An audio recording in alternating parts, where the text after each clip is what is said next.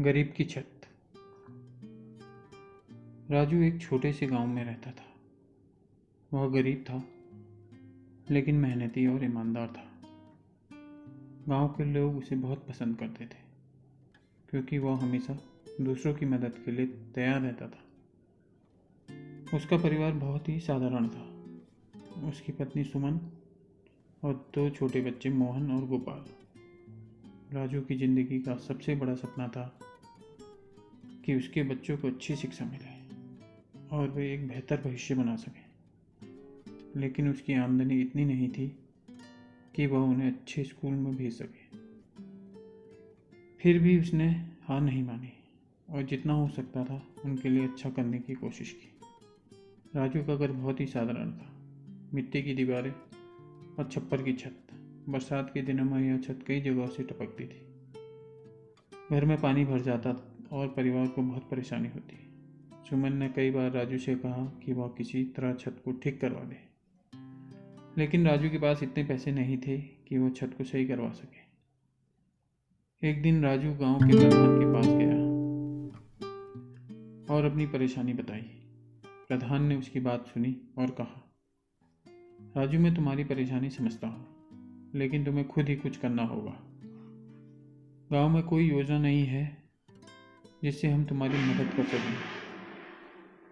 राजू निराश नहीं हुआ। वह जानता था कि उसकी मेहनत और ईमानदारी उसे कभी भी जरूर रंग लाएगी। उसने सोचा कि अगर वह कुछ अतिरिक्त काम कर सके तो शायद वह छत को ठीक करवा सकेगा। उसने गांव के बाजार में जाकर कई दुकानदारों से पूछा कि क्या उन्हें कोई मजदूर चाहिए। एक दुकानदार जो कि लकड़ी का काम करता था, उसने उसे काम पर रख लिया। राजू अब दिन में खेतों में काम करता और शाम को दुकानदार के यहाँ। उसकी मेहनत रंग लाई और कुछ ही महीनों में उसने कुछ पैसे जमा कर लिए। उसने उन पैसों से छत को ठीक करवाने का फैसला किया। लेकिन किस्मत को कुछ और ही मंजूर था। जिस दिन वह छत ठीक करवाने के लिए मजदूरों को बुलाने वाला था, उसी दिन उसके बड़े बेटे मोहन की तबीयत अचानक बिगड़ गई। सुमन और राजू ने उसे तुरंत डॉक्टर के पास ले जाने का फैसला किया। डॉक्टर ने बताया कि उसे तेज बुखार और इन्फेक्शन है। इलाज में काफ़ी पैसे लगने वाले थे। राजू के पास जो पैसे थे उसने वे सब मोहन के इलाज में खर्च कर दिए। अब उसके पास छत ठीक करवाने के लिए पैसे नहीं बचे थे। वह बहुत ही उदास था, लेकिन उसने हिम्मत नहीं हारी। उसने फिर से मेहनत करने का फैसला किया।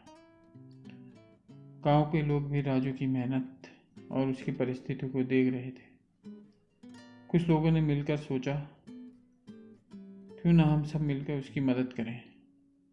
गांव में एक सभा बुलाई गई और सबने मिलकर कुछ पैसे जमा किए। प्रधान ने राजू को बुलाया और उसे वह पैसे दे दिए।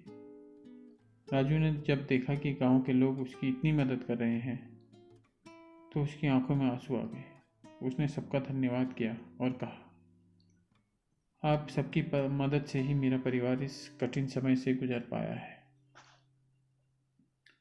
मैं आपका यह उपकार कभी नहीं भूलूंगा। अब राजू के पास छत ठीक करवाने के लिए पर्याप्त पैसे थे।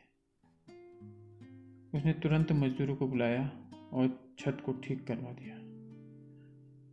अब बरसात के दिनों में भी उनका घर सूखा रहता था। राजू की मेहनत और गांव वालों की मदद से उसका परिवार एक बार फिर से खुशहाल हो गया। उसने अपने बच्चों को अच्छी शिक्षा दिलाने का सपना भी पूरा किया। मोहन और गोपाल दोनों ही अच्छे स्कूल में पढ़ने लगे और राजू को गर्व था कि उसने अपने बच्चों के लिए बेहतर भविष्य बनाया। इस कहानी से हमें यह सीख मिलती है कि मेहनत, ईमानदारी और दूसरों की मदद से हर मुश्किल को पार किया जा सकता है। धन्यवाद। Please like and subscribe story time channel. Thank you.